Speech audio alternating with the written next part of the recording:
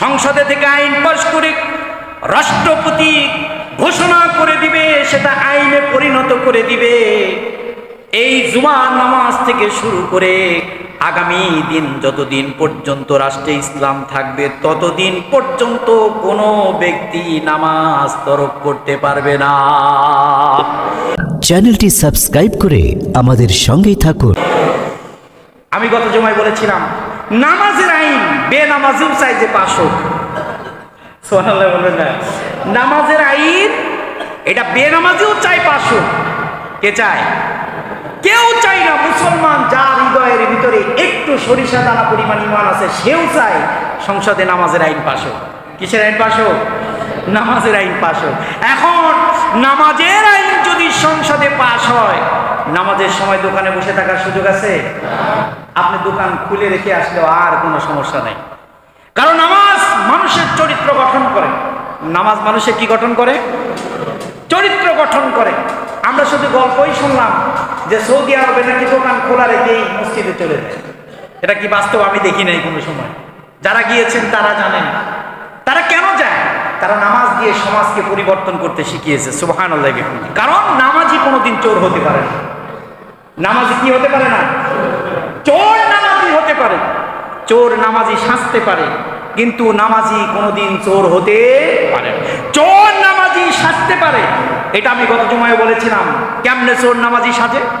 চোর হলো নামাজি সাজে যখন মানুষের কাছে ভোট চাওয়ার সময় আসে, তখন গায়ে পাঞ্জাবি মাথায় টুপি থাকে। আর যখন ভোট চলে যায় তখন এতিমের এই উপজেলা পরিষদ ইউনিয়ন পরিষদের গম চাল ডাল যা কিছু আছে সব কিছু একটা অংশ চুরি করে খায়। কথা বলেন না কেন? তাহলে সেই চুরি করার জন্য নামাজি সেজেছিল। কিন্তু নামাজি কখনো চোর হতে পারে না, কারণ যারা 12 মাস আল্লাহর সামনে রুকু সেজদা দেয় তারা কখনো চোর হতে পারে না। এই জন্য প্রিয় ভাইয়েরা আমার, যদি নামাজের আইন সংসদ ভবন থেকে যদি আইন জারি করে দেওয়া হয়, আগামী আসর থেকে বা জুমার নামাজ থেকে কেউ নামাজ তরক করতে পারবে না। একটা মানুষ নামাজের বিপক্ষে থাকতে পারবে? নামাজ না পড়ে থাকতে পারবে? সকলকে দৌড়ায় কোথায় আসতে হবে? সভাপতির টেনশন, আরে মসজিদ তো এখন আর 3 তলা চলবে না, যত দ্রুত সম্ভব মসজিদ 10 তলা করো, কারণ মসজিদে মুসল্লি আটে না। এত সুন্দর পরিবেশ যদি আসতো বাংলার জমিনে, সবাই ধন্য হয়ে যেতাম। কথা ঠিক কিনা? আমরাই চাই না। আমরাই কি চাই না যে এই বাংলার জমিনে নামাজিরা, নামাজওয়ালারা, টুপিওয়ালারা, আলেমরা তারা এই জমিন পরিচালনা করুক? এটা আমরা কি করি না? চাই না। 2 নম্বর হল ইম্মাক্কান্নাহুম ফিল আরদ আকামুস সালাহ ওয়া আতাউজ যাকাত। কালো টাকা সাদা করার মাধ্যম একমাত্র হলো যাকাত। যাকাত ছাড়া কালো টাকা সাদা করা যাবে? কারণ আপনি যদি যাকাত না দেন, আল্লাহর দরবারে আপনার সকল অর্থগুলো, টাকাগুলো কালো টাকা। আর এই কালো টাকাকে যদি হালাল করতে চান, সাদা করতে চান, যাকাতের অংশ গরিবের হক তাদেরকে বিলিয়ে দেন। যাকাত দাতা হলে পরে এত অর্থ ঘরে রাখে না, এত অর্থ হয় লকারে রাখে, না হলে ব্যাংকে রাখে। দেখেন না, আহারে আমার দেশের একজন সরকার প্রধান 800 কত ভরি স্বর্ণ। মানুষের কি এত স্বর্ণের দরকার আছে? 832 ভরি স্বর্ণ লকারের ভিতরে রেখেছে। এত স্বর্ণের দরকার কি আছে? এত স্বর্ণের দরকার নাই। এরকম কত 800 ভরি কত নেতা নেত্রীর আছে। ব্যাংকের কাছে রাখা হবে, লকারে রাখা হবে। ব্যাংক হিসাব করে রাখবে এই সম্পদটা কয় তারিখে রাখা হলো। যদি 1 বছর অতিক্রম করে, ব্যাংক অটোমেটিক সম্পদ থেকে যাকাতের অর্থ রাষ্ট্র কেটে নিবে।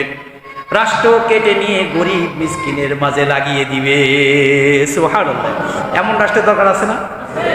কারণ তখন সবার কাছে অর্থ থাকবে। কারোর কাছে এই যে পার্সিলিটি করা, মানুষের ভিতরে অর্থের যে বৈষম্য করা, এটা ব্যালেন্স হয়ে যাবে, সমতা হয়ে যাবে। কারণ যাকাত ভিত্তিক অর্থনীতিই পারে মানুষের অর্থনৈতিক দুর্দশা দূর করতে। আর জাকাত ভিত্তিক অর্থনীতি আল্লাহ যেটাই দিয়েছেন সেটাই তো মানুষের কল্যাণের জন্য দিয়েছেন। জাকাত ভিত্তিক অর্থনীতি চালু করতে হবে, এটা আল্লাহর নির্দেশ। আকিমুস সালাহ ওয়া আতুজ যাকাত, এটা কার কথা? অথচ আমাদের অর্থনীতি সুদ ভিত্তিক অর্থনীতি। সুদ ভিত্তিক অর্থনীতি থাকলে ভূমিকম্প তো আসবেই, এটাই তো স্বাভাবিক। দফায় দফায় ভূমিকম্প হবে।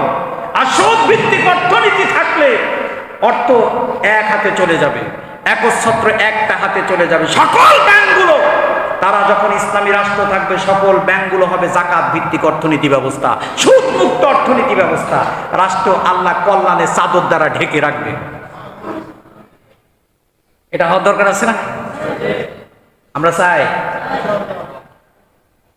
সুদের যে কত পেরা এই বাড়িওয়ালারা জানে, যারা বাড়ি করছে সুদের বারে টাকা নিয়ে 5টা 2টা 5টা 10টা ভাড়াটিয়া চলে গেলে রাতের ঘুম হারাম হয়ে যায়। মনে করেন যে ওই বেচারা দোতলায় কি সুন্দর বালাখানা নিয়ে থাকে, আপনি থাকেন নিচতলা, 3 তলা 4 তলায়, হে থাকে দোতলায়। কারণ এর উপরে উঠতেও কষ্ট, নিচে থাকলে মশার কামড়, সুবিধা মতো দোতলায় থাকে।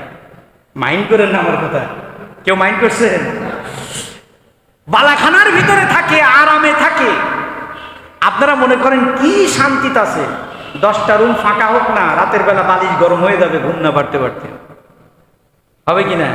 কারণ মাস শেষ হলে কি কিস্তি, মাস শেষ হলে কি কিস্তি, সুদ ভিত্তিক কিস্তি। আল্লাহ যেন আমার এই রাষ্ট্রকে সুদ মুক্ত জাকাত ভিত্তিক অর্থনীতি ব্যবস্থা চালু করে দেয়, আমিন। রাষ্ট্রের আরো 2টা দায়িত্ব আছে, যাদেরকে আমরা রাষ্ট্রে পাঠাবো। রাষ্ট্রে পাঠালাম, পাঠানোর পরে তাদের 4টা কর্মসূচি পালন করতে হবে। 2টা কর্মসূচি গেল। 1 নাম্বার, নামাজ প্রতিষ্ঠা করার সর্বপ্রথম আইন জারি করতে হবে। 2 নাম্বার, জাকাত ভিত্তিক অর্থনীতি চালু করতে হবে। 3 নাম্বার হলো আমারু বিল মারুফ ওয়া নাহয়ু আনিল মুনকার। সমাজের ভিতরে যত ভালো ভালো কাজ আছে, যত প্রচার প্রকাশনা আছে, সবগুলো ভালো কাজের জন্য প্রচার প্রকাশনা থাকবে। আর যত নর্তকীর যত শো আছে টিভিতে, সবগুলো বন্ধ করে দিতে হবে। ওয়া আমারু বিল মারুফ, টিভিগুলা খুললে ইসলামের কথা থাকবে। কিসের কথা? ইসলামের কথা থাকবে, কোরআনের কথা থাকবে। টিভিগুলো খুললেই হাদিসের কথা থাকবে। আর এখন টিভিগুলো খুললেই খালি নায়ক নায়িকার মমতাজের গান ছাড়া আর কিছুই নাই। আছে? ইসলামপন্থীরা যখন ক্ষমতায় যাবে, রাষ্ট্রের সর্বপ্রথম 3-4টা দায়িত্বের 3 নাম্বার হলো সৎ কাজের আদেশ করতে হবে বেশি বেশি। ওয়া আমারু বিল মারুফ ওয়া নাহয়ু আনিল মুনকার। 4 নম্বর কর্মসূচি হলো সমাজের ভিতরে যত খারাপ কাজ আছে, পয়সা কাজ আছে, এগুলা থেকে মানুষকে বিমুখ করতে হবে। প্রচারণা করে মানুষের ভিতরে দাওয়াতি কাজ করতে হবে, গ্রুপ ভিত্তিক দাওয়াতি কাজ করতে হবে, ব্যক্তিগত দাওয়াতি কাজ করতে হবে। রাষ্ট্রীয়ভাবে দায়িত্ব গ্রহণ করে মানুষের ভিতরে যত অন্যায় ফায়সা কাজ আছে, সব কাজগুলো থেকে মানুষকে বিমুখ করতে হবে। এটা কার দায়িত্ব? রাষ্ট্রের দায়িত্ব। কার দায়িত্ব? ইসলামপন্থীদের রাষ্ট্রের দায়িত্ব। তখন রাষ্ট্র হয়ে যাবে ওমরের রাষ্ট্র। কার রাষ্ট্র? ওমরের রাষ্ট্র। রাষ্ট্রপতি, হাহারে রাষ্ট্রপতি হা ভোট না ভোট নিয়ে কি চিন্তা! হা ভোট না ভোট না কইরা আলুওয়ালাদের দিকে দৃষ্টি দিতে বলেছেন। অথচ রাষ্ট্রের নেতা আসবে, এই জন্য বুলেট প্রুফ গাড়ি কেনার জন্য 70 কোটি টাকা লাগবে। কত কোটি? নেতা দেখতে হলে নেতা দেখো কোথায়। এক নেতা দিল্লি, আরেক নেতা লন্ডনে। নেতা দেখতে হলে দেখো করাইলবাসী, বস্তিবাসী আগুনে পুড়ে গেছে। রাতের আধারের সাথে সাথে ভাত নিয়ে, খাবার নিয়ে, চাদর নিয়ে, অর্থ নিয়ে, চিকিৎসা শাস্ত্র নিয়ে সাথে সাথে সেখানে হাজির হয়ে গেছে নেতা। নেতার থেকে শেখার আছে অনেক কিছু। এই সমস্ত নেতারাই তো ওমরের উত্তরসূরি। তাদের নিরাপত্তার দরকার হয় না, তাদের নিরাপত্তা লাগে না। তাদের নিরাপত্তা একমাত্র জিম্মাদার কে? তারা আল্লাহর উপরে তাওয়াক্কুল করে। মুহাম্মদুর রাসূলুল্লাহ সাল্লাল্লাহু আলাইহি ওয়াসাল্লাম যখন গুহার ভিতরে, আবু বকর বলছে, রাসূল আমরা তো 2 জন হয়ে গেলাম, সংখ্যায় তো অনেক বেশি, দেখে ফেললে আমাদের সাথে সাথে হত্যা করবে। আল্লাহর আয়াত নাজিল করে দিয়ে বললেন, রাসূল বলে দেন আপনারা একা না, আমি আপনাদের সাথে আছি। এই সমস্ত নেতাদের সাথে কি আছে? আল্লাহ আছে। শেখো এখান থেকে। আল্লাহ তাআলা শেখার তৌফিক দান করুক, সবাই বলি আমিন।